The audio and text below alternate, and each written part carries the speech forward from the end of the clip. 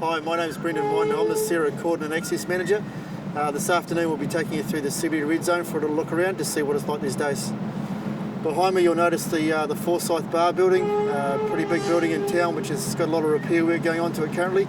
Lots of guys working in now. You'll hear some noise from the activity in there, and those guys have been flat out working in there for a number of months.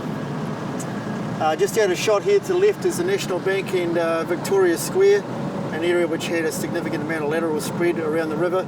So that part has been quite badly damaged, but the City Council and the geotech engineers have been in there to take a wee look and figured out what's going on. Over my left shoulder there you'll see the PwC building, and there's a number of contractors in there doing the strip out now. They're taking all the material out of the building before they get the cranes in there, start cutting and craning is a demolition method they'll do until it's down at a point where they can get a high reach machine in there and begin to nibble away at that building and put it on the ground. I've got a number of months to go there to do that job safely. Some other buildings like the one you see behind me here, the old Copthorne Hotel, its future's uncertain. We're not quite sure what the owners and the insurers intend doing there yet. We're working with them. There isn't any great urgency with that currently, so when they make their decision, which is a big one, they'll let us know. We're about to go past where the Oxford-on-Avon used to be, a lovely old pub. Unfortunately it didn't react very well during the earthquake and it's been demolished. Heritage people spent a lot of time there excavating the foundations of that site. They've pulled out a whole lot of interesting archaeological material which they will deal with and archive in the future, I'm sure. We're about to go across the Colombo Street Bridge. It's now down to one lane. There are some concerns, engineering concerns around pedestrian access across it, and we can get across there on a truck, no problem, but sending pedestrians across isn't a great idea at the moment, and we're working closely with the City Council and Skirt on how we're going to deal with all the bridges throughout the city, including the ones that are still inside the CBD Red Zone. I had a shot now on my right hand side is the Town Hall and Convention Centre. We'll head around there in a second, but you'll see behind me a number of clear sites for buildings that were damaged during the quake, and they were either dangerous and got pulled down or were uneconomical to repair, and the owners asked that we pull them down. And one of the real advantages of having a cordon around the city is it enables this activity to take place without the public being too close to it. So we can get contractors and subcontractors in here, we can park them up and they can go about their business without all the extra health and safety concerns that come from having the general public nearby. This speeds up the rebuild and enables it to be done safely and cheaper as well. You'll notice as we go through here now, behind me was where the old convention centre used to be. That's obviously been taken down, and out a shot there over on my right hand side is the Christchurch Town Hall. Again, future is a little uncertain and we're working with the Christchurch City Council on what we do there. Further up over my right shoulder there is where the Crown Plaza used to be. That's been demolished, and there's now a large debris pile, and they're still taking the foundations out. So quite a significant amount of engineering work to go there before that area can be opened back up. In the background you'll notice the Government Life building. That future of that building is a little uncertain, and we'll probably come back to that in a few minutes. And behind me too, the cathedral, which as you can expect we'll get a little bit more discussion in this video. Out of shot is the old press building, and that was a site where unfortunately a person perished during the quake.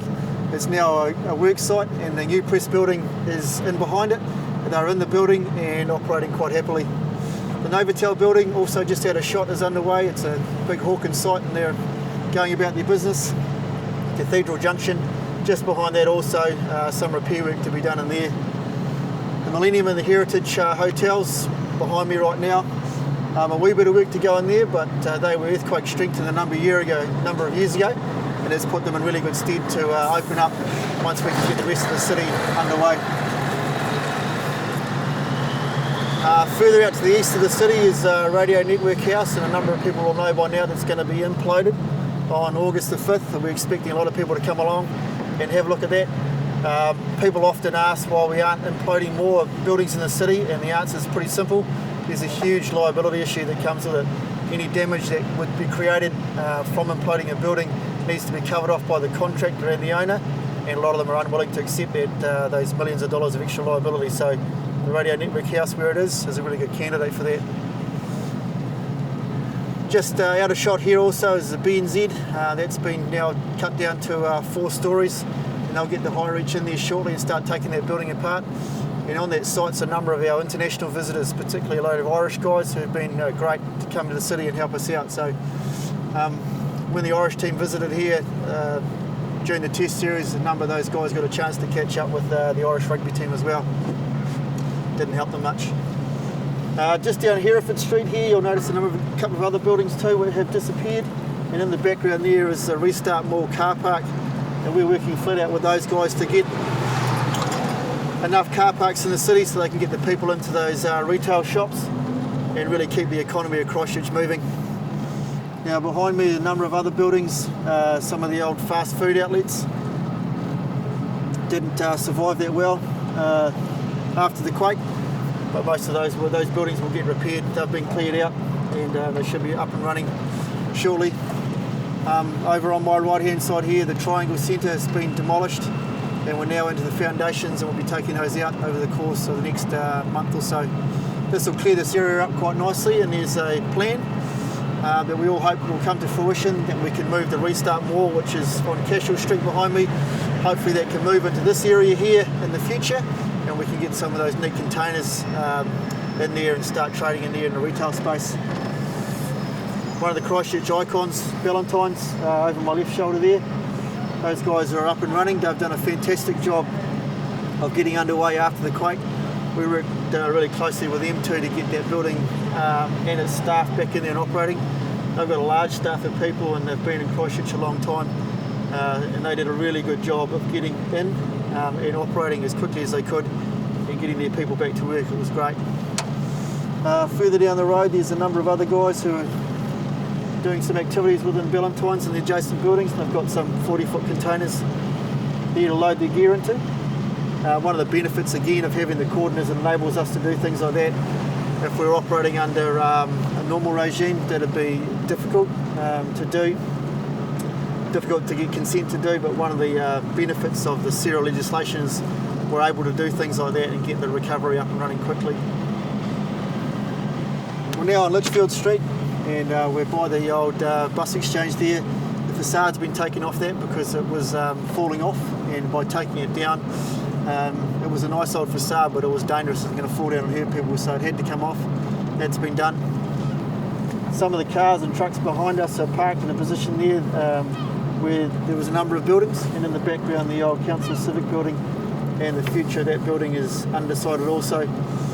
One of the benefits of being inside the cordon there, you'll notice, is all those trucks can be in there and park and not be in anyone's way, not taking up car parks or space in the road, and that really enables those guys to be efficient with their truck movements and quite effective in the way they manage their sites. The majority of people we have working in here at the moment, the owners and the contractors, really appreciate the cordon and understand why it's here, and it makes a significant difference to the speed and the cost of what they're doing. So the cordon's here for a wee while yet, we think.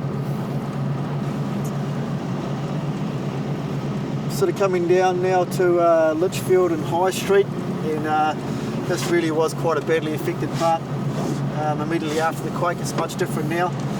You'll notice over the course of the last couple of minutes that there's very few buildings in the city now that look dangerous, and that's good. Most of the earthquake damage, the bad earthquake damage, has been taken care of, and a lot of the buildings now are just in a normal rebuild and construction phase, although there are a couple of demolitions going on, of course. So this area has been treated as a large work site. It's about 50 hectares, making it one of the largest work sites in the country.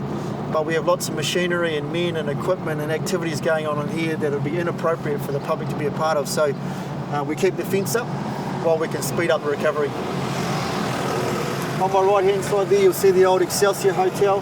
The facade's been saved, that's fantastic. The container's been put in front of it to provide it with some support in case there's any more seismic events, and the owners are away busily trying to figure out what to do with the rest of that space. Further down High Street and beyond there, past Ellison Videoland, there's a number of buildings there which are back up and operating. Ellison Videoland in particular has been great. The owner there, Paul, has been in contact with us right from the get-go. He got back in early, got his building up and running. He's now operating a fully fledged business out of there, and the C1 coffee shop will be in there shortly too. And good luck to those guys. They've done a great job in getting up and running. The IRD building out of shot now, but over there the future of that building's a little uncertain. It behaved really well in the earthquake. The hundreds of people that worked in there got out, so we consider that to be a really good building. Getting people back into work has been a slightly different proposition. The owners group are working on that, but we hope to hear from them in the very near future what they intend doing. So just heading down into one of the parts of the city that was a little more obscure and out of the way. There's a couple of neat bars down here which are obviously no longer operating on Poplar Lane. And you'll see over my left shoulder an example of the unreinforced masonry buildings, the brick ones, which didn't behave particularly well in the earthquake. Some of the infrastructure left behind by Orion, a lot of earthquake strengthening has gone into those, and most of the infrastructure actually behaved really well, so they were able to keep the power going to the city. And I think most people will recognise that Orion did a really good job during the earthquake. The Institute of Technology building's up and running also. There's people out there, you can see on the other side of the fence, going about their business, probably having lunch, which is good to see. And we're really starting to see signs of life around the CBD with getting the economy up and running.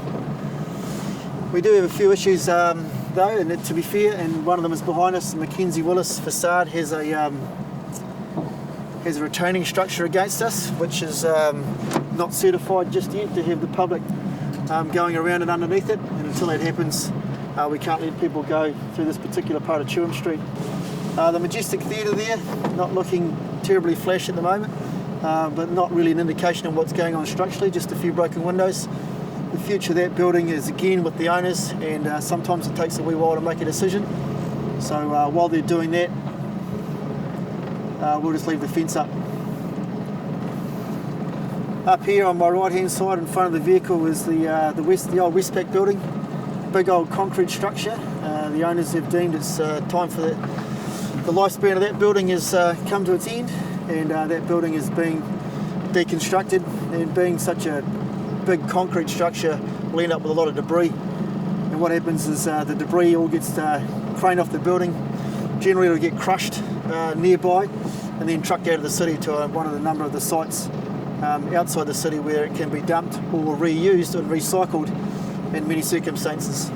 So a building of that size will generate hundreds of tonnes of debris, and it all has to go somewhere. So normally it'll be taken away on large trucks, and the large trucks will drive around in here. And another reason which makes this place a really big work site, that added danger element of having heavy machinery around, is another reason that we exclude the public for the time being.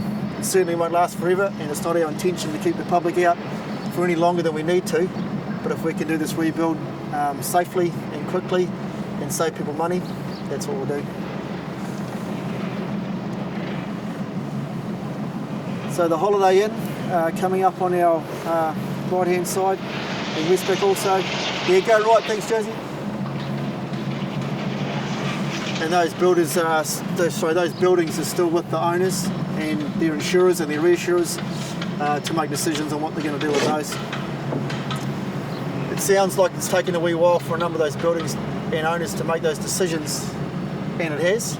But some of those decisions are incredibly complex. We've done what we can to assist those people with making those decisions, but with some really interesting ownership models, some really long-term financial implications. These people have, rightly so, taken a long time to make their decisions. They need to get it right. Coming up on the right-hand side was a part of the city where there was a number of bars. Some of them survived really well, and they'll probably reopen in the near future. Some of them, like on my right-hand side here, have not survived particularly well at all, and they've been taken down. And one of the big contractors in the city, Nikau, are in there doing some of that work right now. And those guys are an example of a New Zealand company that have come to Christchurch. They weren't here in any great capacity beforehand, but they've come to Christchurch to help out, and they've been a welcome part of the rebuild. Just want to take the opportunity now to talk about some of the other activities that go inside the red zone. A number of people come in here and visit, and we've hosted in excess of 300 visits for different groups over the course of the last 18 months. And a part of the reason we set up the red zone bus tours is because those visits become quite consuming.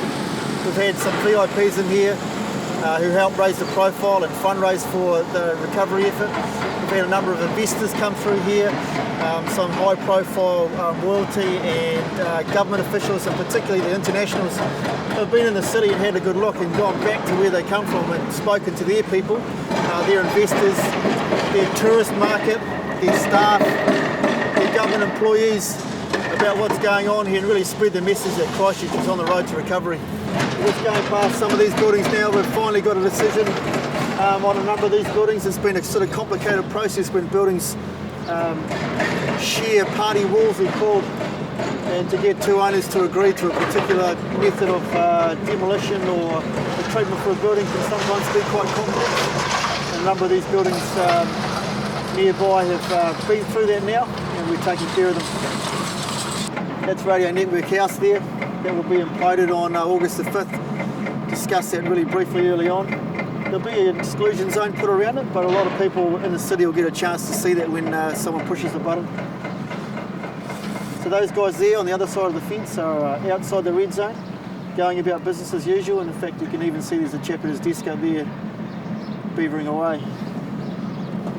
Lots of people visit the city every day and walk around the fence to have a look at what's going on, and we really encourage that. There's nothing to hide in here other than it can be a dangerous place, so we want people to come and have a look at it, but also respect the fact that the fence is up to keep our guys safe and other people safe. But no problem with anyone jumping on the red zone bus tours or coming up to the fence and having a look in and asking our guys questions. So we're nearly back to the cathedral now, and we can talk about that until the cows come home, I guess, but what I'll probably do there is just sort of show you what we can see and let you make your own mind up on your opinions. We're in Cathedral Square now, and you'll see a number of activities going on here. Right behind me is the project management office, and in there we've got the archaeologists, the Department of Labour representatives, some of our staff, and a number of other people use that area as meeting offices as well for some of the deals that get stitched together between contractors and owners and our guys. Christchurch Cathedral. Everyone will have their own opinion on what should go on there. The engineering advice that Sarah has received is pretty clear, and we'll wait to see what happens with that. But as most people understand, that's an Anglican church-owned building, and working really closely with the contractors to figure out the right way to make whatever the final decision is. If we just pan the camera around here, you'll see that the old Grant Thornton building is being knocked down as we speak. That's what a dirty demolition looks like. That building was not in a state where we could put people into it to carry out a normal demolition, so they knock it down with the stuff still in it. Vic from Valley Busters and the rest of the crew, a real highlight of the central city and the CBD. Those guys have been feeding our contractors for months now, and we really appreciate the effort those guys put in too. Thanks very much for joining me this afternoon for a look around the CBD Red Zone. It's a really interesting place. It's a big area that we're looking after, and we're really conscious of the hazards that are in here. All these guys that you'll see in the background of these shots have been through a really intense induction process and are really aware of these hazards, and we're really conscious that people want to get back into the city. We understand that and agree. But we also have to make sure that the guys that are working in here and the work that they're doing is done in a safe manner, and we want to make sure that we don't get in a situation where we have to deal with public and traffic when we don't need to.